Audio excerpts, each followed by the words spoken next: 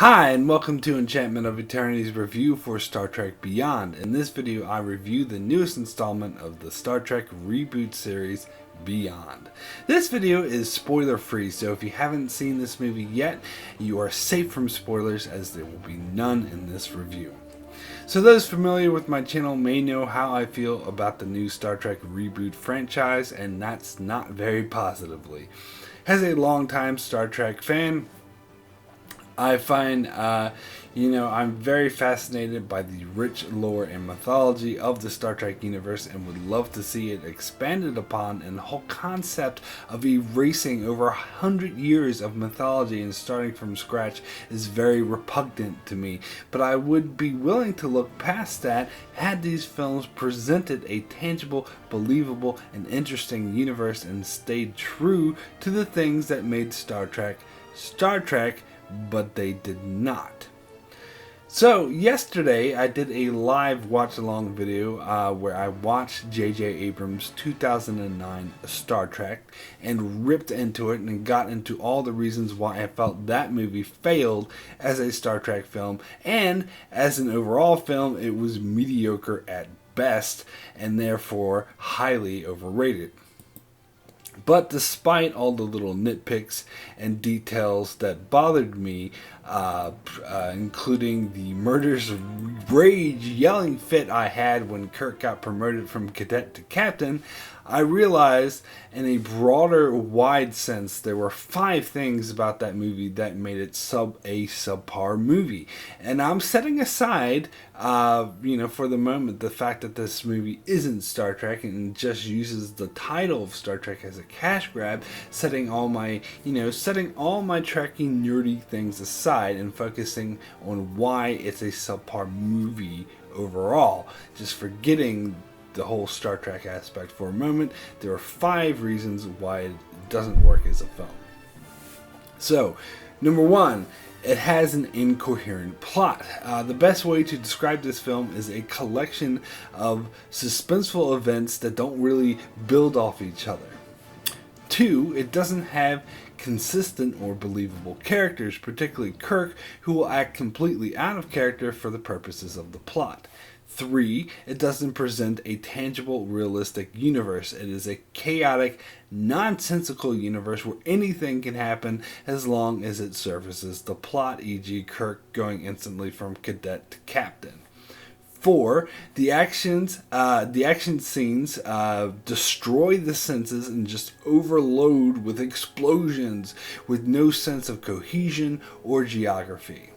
And 5, the main villain of the film is just a flat, two-dimensional caricature whose sole purpose is to service the plot and is in no way believable. So, the big question here that I want to tackle in this video is, how did Star Trek Beyond stack up to these 5 categories? And I am quite astonished to tell you, but it actually managed to overcome 4 out of 5 of those issues.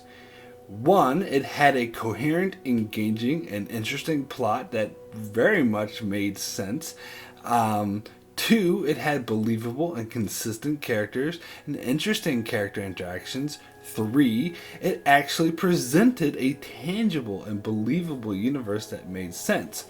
4, the action sequences, although filled with explosions and a lot of CGI, were filmed in a way where it didn't attack the senses and you could actually follow what was going on. However, I'm afraid that the film failed in the 5th category, which is ironically was the only one of the 5 categories that Into Darkness actually overcame, and in Beyond's case, it's the only case where it failed, and that was the villain. I'm afraid to say he did come across as a two-dimensional character, and his motivations were not at all believable. In addition, there was a revelation involving him that was really convoluted and didn't seem necessary. It wasn't quite as convoluted as the revelation with the villain in Captain America Civil War, but it was still bad. However, in addition to Beyond overcoming 4 out of the 5 major flaws inherent to the reboot, you again might be surprised to hear me say but it actually felt like Star Trek. I very strongly and vehemently stated that the first two reboot films are not Star Trek and are at best a cover band trying to emulate and copy Star Trek for the purposes of making money. However, Star Trek Beyond actually felt like Star Trek to me. In fact, for the most part, this story could have been set in the real Star Trek universe. You can actually kind of forget that it's this fake parallel universe. But more than that, these characters actually behaved more like the Star Trek characters while remaining consistent with the two previous reboot films established. Kirk felt more like Kirk, Scotty felt more like Scotty, McCoy felt more like McCoy. In addition, they really played up the character interactions and relationships a lot more and felt true to the spirit of the original series, particularly the Spock and McCoy relationship, which was severely lacking in the two previous films.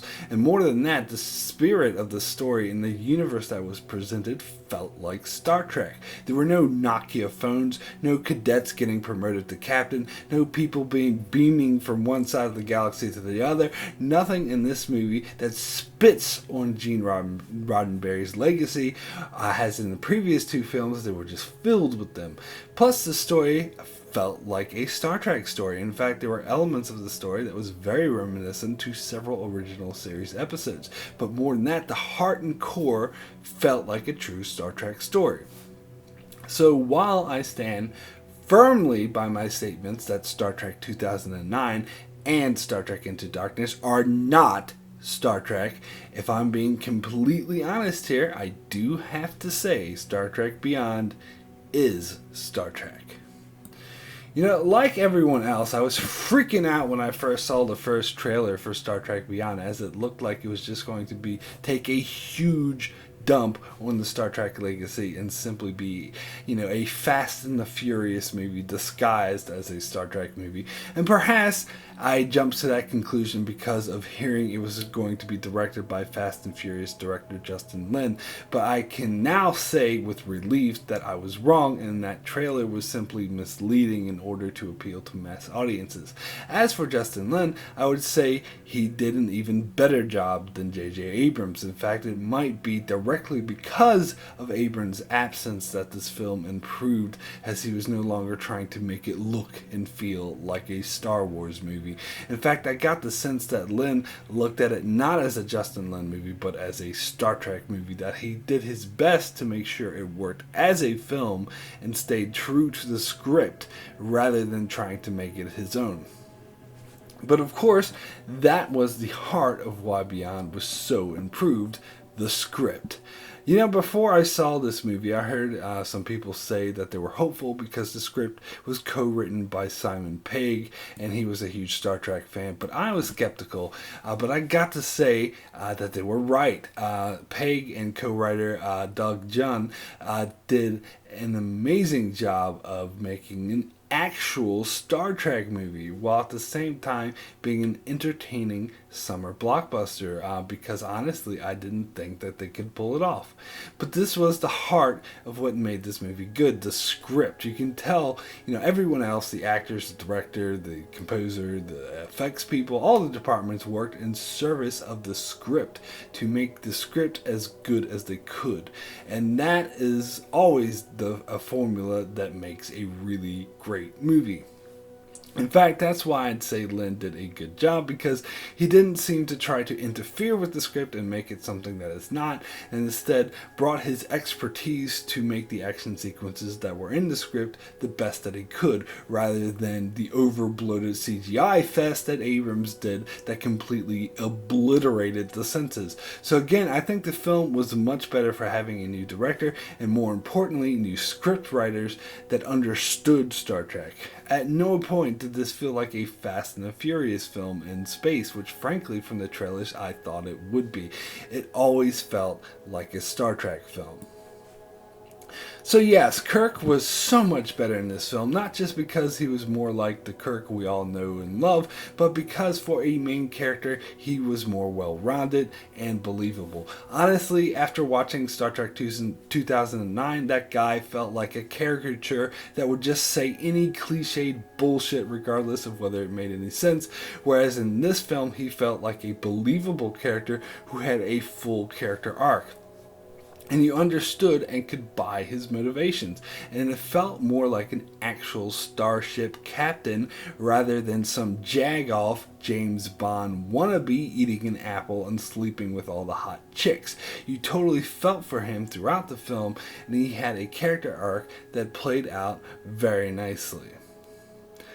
And all the supporting characters were completely believable as well and serviced better than they were in previous films. Spock was actually the one character that the two previous films got right, so that quality is maintained for this film. But the other characters are much improved, especially McCoy, who wasn't really given much to do in the two previous films. They really expanded on his character as he had a lot of great character moments with Spock, very reminiscent of the original series.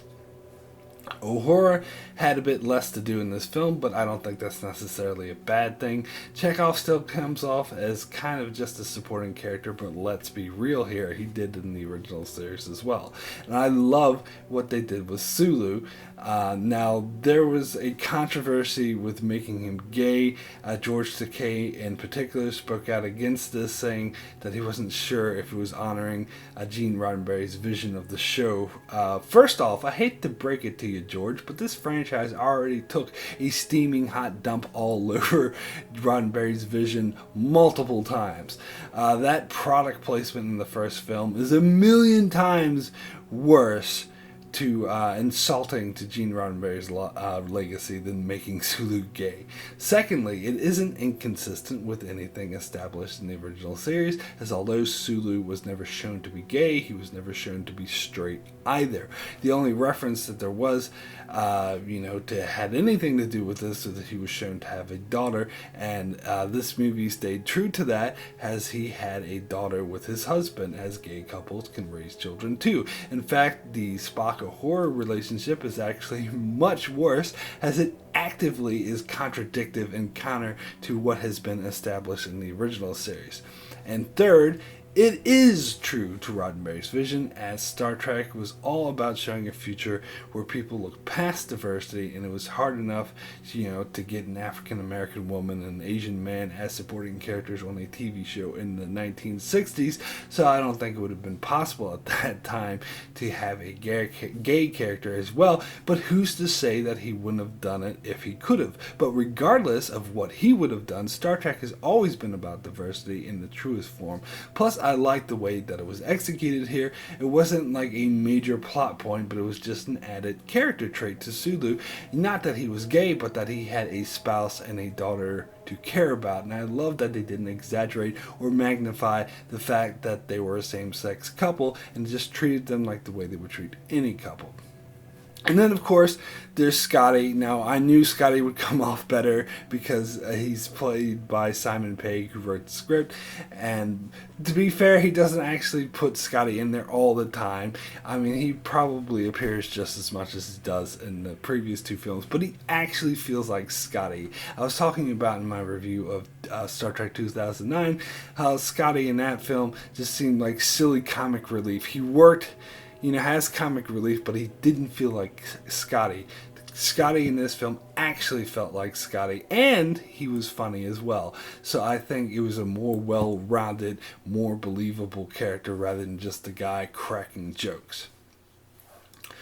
The story was fantastic as well. As I said, it was coherent and not all over the place like the previous two, and it was very exciting, tense throughout, and was held up by strong character interactions. And overall, like movies like The Wrath of Khan, pretty much everything that happened was in service of the overall story, whether it be Kirk or Spock's character stories or the main plot of the aliens attacking.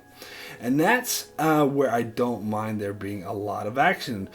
Before I saw this movie, I watched a review where a reviewer was warning that there was a lot of action, more so than the previous two films, but I barely even noticed. And the reason is that the action sequences actually service the plot and the story, which is what the best action sequences do. Unlike in Star Trek 2009 that had many action sequences like Kirk getting chased by monsters on an ice planet or the Enterprise almost being destroyed by a black hole, that served absolutely no purpose for the plot whatsoever, and it was just there to look cool or artificially create tension, whereas in this movie the tension was real because it was inherent in the story. Another thing I liked about this film and why it actually felt like Star Trek is because it was actually taking place in the vast recesses of space rather than on Earth. And for once, Earth wasn't put in fucking danger. I mean, my God, Star Trek has gone to that well far too often.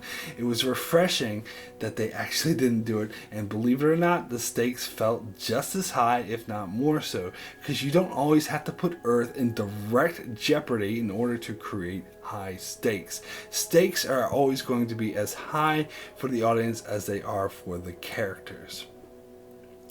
So the previous two movies would have stories that run counter to Star Trek and kind of defy what Star Trek stands for, but try to appease fans by making references to the previous Star Trek shows, which is BS. You don't make a film Star Trek by having a brief shot of a fucking tribble, but Beyond actually feels like Star Trek, but it also does have references to the previous shows, and they tickle me. In fact, they made a lot of references to the show Enterprise, which really tickled me. Even though I'm not the biggest fan of that series, it still exists in Trek lore and often goes overlooked. So when they, for example, name dropped the Xindi, I was giddy like a little girl. However, of course, you don't need to know these references to get or enjoy this movie. They're just added little Easter eggs, added little bonuses for those who do get them, and I do appreciate that effort.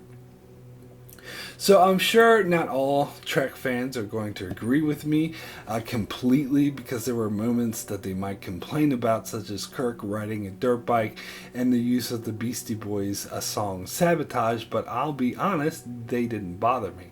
When I first saw the dirt bike in the trailer, I pitched a fit and went on a rant about how these greedy execs are pissing all over Roddenberry's legacy. But really, when I saw it in context, it actually made sense in the way that they played. I totally bought, and it didn't seem anti-Star Trek at all. Nor did the use of the Beastie Boys Sabotage, which I could understand some people thinking it was a bit too much, but I gotta be honest, I absolutely loved this scene to death. And again, they did make it make sense in the context of the movie. Was the real reason for them using that song a little convoluted? Sure, but I ultimately don't care because I thought it was awesome. So, let me talk about Sofia Boutellah's character, Jayla. I liked her character, and I thought she was an interesting addition to the crew. In fact, I liked the way her character story played out. I totally bought it and enhanced the story, but I was kind of disappointed by her character. But I fully admit that's probably my own fault, because my expectations on her, based from the trailers, were too high. I was thinking that she would be as good as Rebecca Ferguson was in Mission Impossible Rogue Nation, and those are unfair expectations to have for anyone, because few people can be as good as she was in that movie. So I was hoping Jayla would be the most awesome part of the movie, and she wasn't. But that being said, she did add something to the story, and I thought her character worked well. So you'll be fine as long as you don't have unrealistic expectations like I did. So now let's talk about the negative aspects of this film, and those are almost entirely centered around the villain. As I said, I didn't really buy him. He came off as two-dimensional, and his motivations felt fake. I mean, some people complain about Apocalypse's motivations in X-Men Apocalypse, but I personally thought that they were believable and pretty straightforward. But this villain, Kroll, his motivations were a lot less believable than Apocalypse's, in my opinion. And the final revelation regarding introducing him, as I said before, was a bit too convoluted, but it was reminiscent of an original series episode, which I thought was an interesting aspect, maybe another reason why it felt like Star Trek to me. But yeah, like Star Trek 2009, the villain would say cliche things like in this movie when he said, "I'm counting on it." I let out a huge sigh. I mean, how many fucking times have we heard a villain say that in a movie? It is so typical. And like 2009, the two-dimensional main villain had a two-dimensional main henchman who, we were supposed to care about when the good guys defeated him, but of course we didn't, because who the hell cares about this guy? So again, this is actually the one thing Into Darkness did better than both these other films, by having not just one, but two very dynamic and believable, well-rounded villains with Commodore Marcus and Khan. But yeah, I can't get any more into this without giving any spoilers away, so suffice to say, a lot of the negative aspects of the film stemmed from his storyline. So my rating out of 10 for Star Trek Beyond is an 8, extremely good. I really enjoyed this film. It had a very strong plot with strong, believable character stories, exciting action sequences that only added to the overall story, and by God, it actually felt like a Star Trek film. But there was nothing about this movie that screamed greatness to me, and it was in fact more comparable to a good standalone Star Trek episode, but a really fun one. And as I said, there were some issues with the plot involving the villain, who was, every bit as two-dimensional and underdeveloped and underwhelming as Nero. However, this is easily my favorite film of the 3 Star Trek reboot films, and the only one that actually deserves to use that name. And this is one of my favorite movies of the year so far, and the only one I think I might go see in the theaters for a second time, as it was definitely a fun watch. So that's it for my review of Star Trek Beyond. Be sure to check out my channel for many more Star Trek videos, as well as many other videos on shows like Game of Thrones, Mr. Robot, Dark Matter, and more, so be sure to subscribe so you can keep up with all of that. And thanks a lot for watching.